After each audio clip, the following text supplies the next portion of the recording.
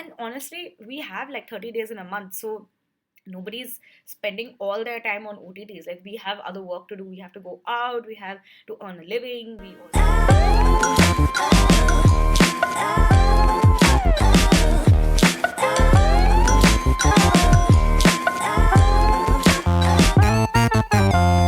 I'd like to welcome you to my channel. My name is Onusha, and you are watching the average Indian millennial.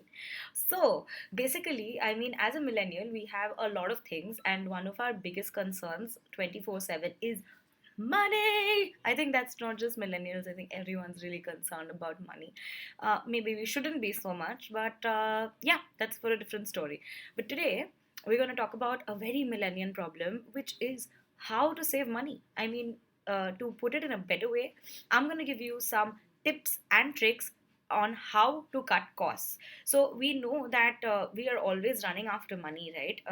Whether it's for a job or for a project that we still have to be paid for, or to make sure that our budgets are matching, our monthly budget is going well. But at one point of time, we really to stop, take a step back and reflect on where we are spending our money and how we can better utilize it. So in economics and in management, there's this concept called optimum utilization of resources. Actually a very simple term. So for example, if I can compare it to your phone battery, say you have 5% charge or 15% charge, and you know that you're outside and it's late at night, and you have to watch Instagram, you have to maybe get your daily dose of motivation from my channel, or you have to book a cab. Now it's your priority which will tell you, okay, it's late at night and I really don't have much charge on my phone, and I can't like possibly find a charger right now on the middle of the road. So my brain will prioritize what I need and what I don't need right now. So I will have to prioritize booking that cab so that I can be home and then charge my phone and then go on to do the rest of the stuff. So if I waste my battery power on watching 5 videos on Instagram or taking 35 photos, then I'm basically not optimizing the use of my particular power. So today's video is all about sort of just small tips and tricks on how you can not waste money, or rather save money in certain places, or you can cut your costs. How to cut costs is what the topic of today's video is. So I'll just tell you a little bit about myself. So I am a 28-year-old and I'm married and I live with my husband. So we have a two income household, and we have our own rented apartment, and we sort of have these expenditures every month, and we have a limited amount of income, right?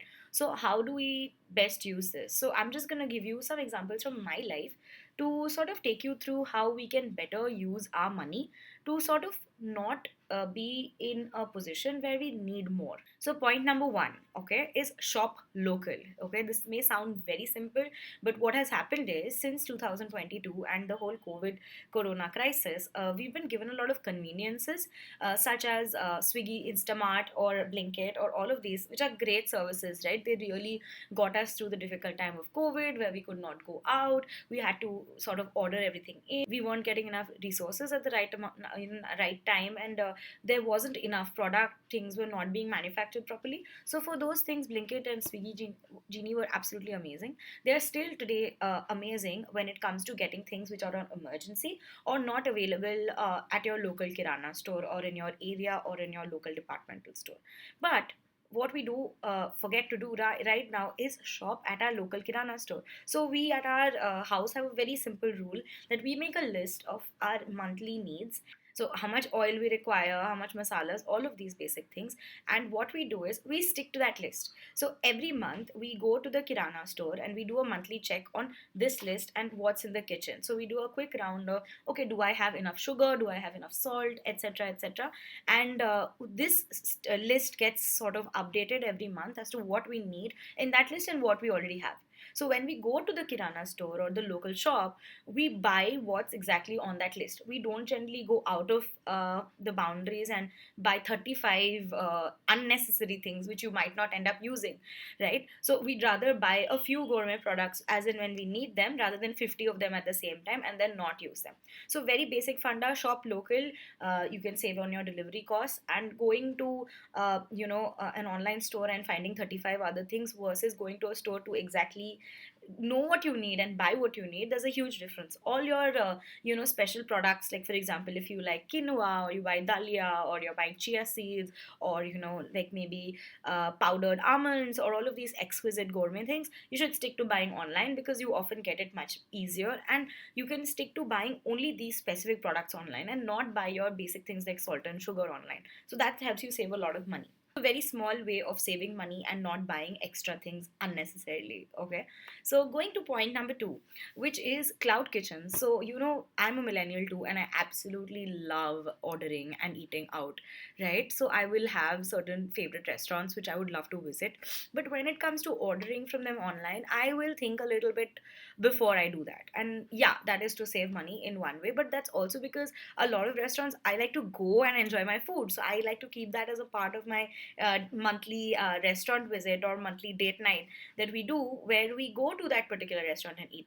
So instead of sort of going and ordering from the same place, what we've decided is that we started ordering from cloud kitchens. So if you check on Zomato or on Swiggy, on whatever local delivery app that you use, there's a lot of really good cloud kitchen services that have come up. A lot of my friends run these pop-up stores, and what we do is that we order from them, and often the food quality is a lot better, not because there are the chef who's making it, but because they're not being produced in bulk, right? So they're being produced maybe 10 people or 15 people at a time maximum, not 150 or 500 people at a time.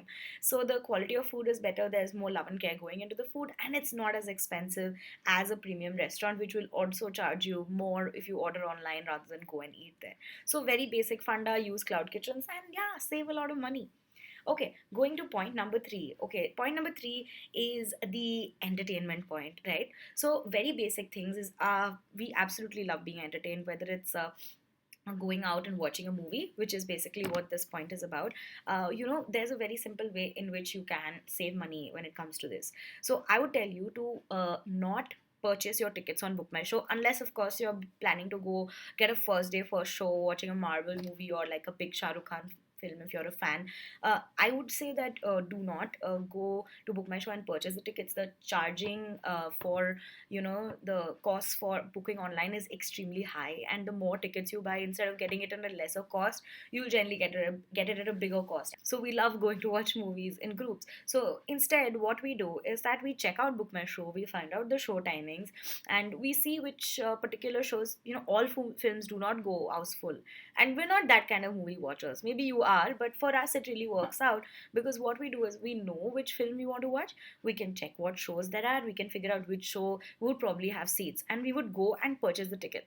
The second way to save money while you're going to watch a movie is to not buy popcorn. I know, right? It sounds damn sad. Maybe you could, like, if you want to, but if you're trying to cut costs and you're trying to live in this economy to save some money, then I would suggest that you don't buy popcorn and you don't buy cold drinks. Maybe eat before you go, or wait to finish the movie and then go out for dinner. That's also a great plan and a way of extending it.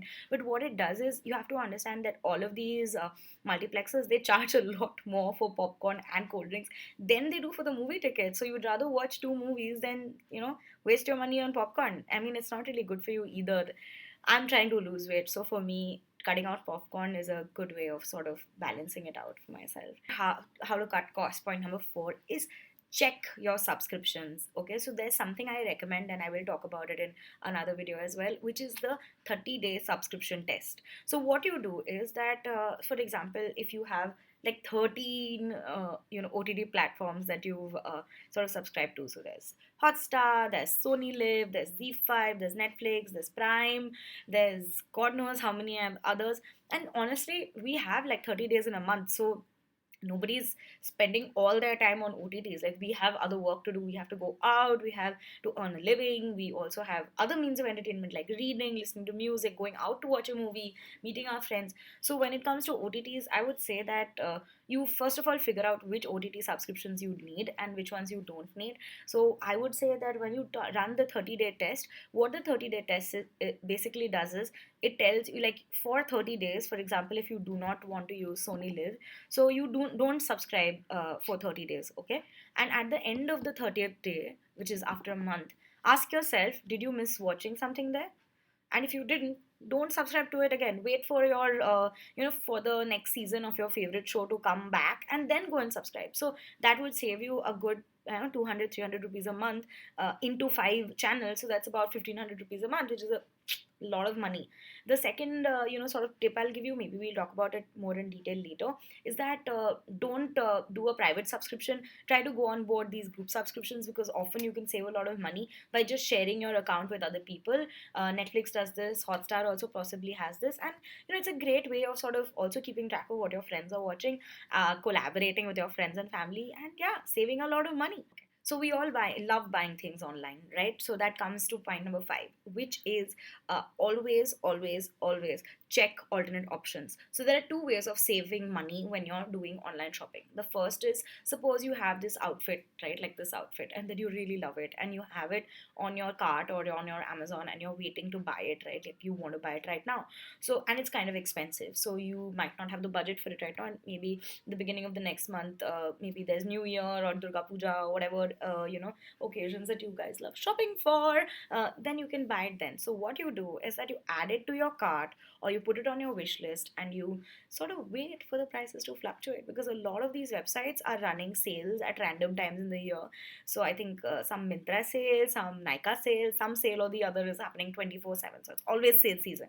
So once you wait for sale season, often what happens is, and if you keep a mental note of what the price of the dress was, so you don't get duped, yeah, the prices do go down, and you can purchase that dress later at a time for a cheaper cost. That's number one. The second and bonus point is that, for example, if you're trying to buy a product which is very basic, right, something which is not specific to a designer or specific to a website, maybe something as simple as, say, a light bulb or a particular kind of device, what you should do, or you should always check the price of the product on not only on Amazon, but also on a Flipkart, also on a Tata Click, maybe also on a Snapdeal. I don't think Snapdeal exists anymore. So all of these websites, you should check all of them, and then buy the one which sort of comes for the cheapest, and also see what kind of benefits you're getting from ordering from a different site. It's a very basic example, but when we compare 30 kinds of phones before purchasing one kind of phone, it's because we want to get the one with the best features, the best battery life, the best camera, and so on. So this is a very, very simple way of making sure that you get the one at the best price. So it's as basic as that, and the products are more or less 99% the same. So yeah, these are very simple ways in which you can cut costs. So 5 basic points on how to cut costs: shop local, try to buy from cloud kitchens, uh, think about your entertainment, keep it to entertainment, don't mix food and entertainment together, recheck your subscriptions, take the 30-day subscription challenge and see what apps you actually use and what you don't. And in fact, try to get the family subscription plan. Even Spotify has a great subscription plan. And the last point is that when you are purchasing something online, check the options, look at the substitutes, check out, do a price comparison, and then go for the best deal. So that was tricks to save money and how to cut costs, part one. I hope you like this video, and if you do, give me a thumbs up, comment, tell me what you like, give me feedback on what you'd like to hear, and maybe I'll come back with a part two. Thanks. And remember one thing very clearly: there's nothing wrong with wanting to save money. We all want to save money, but just let's accept it and do it in our own way, right? Because everyone's unique in a weird way, and everyone's weird in a unique way. So till next time, bye.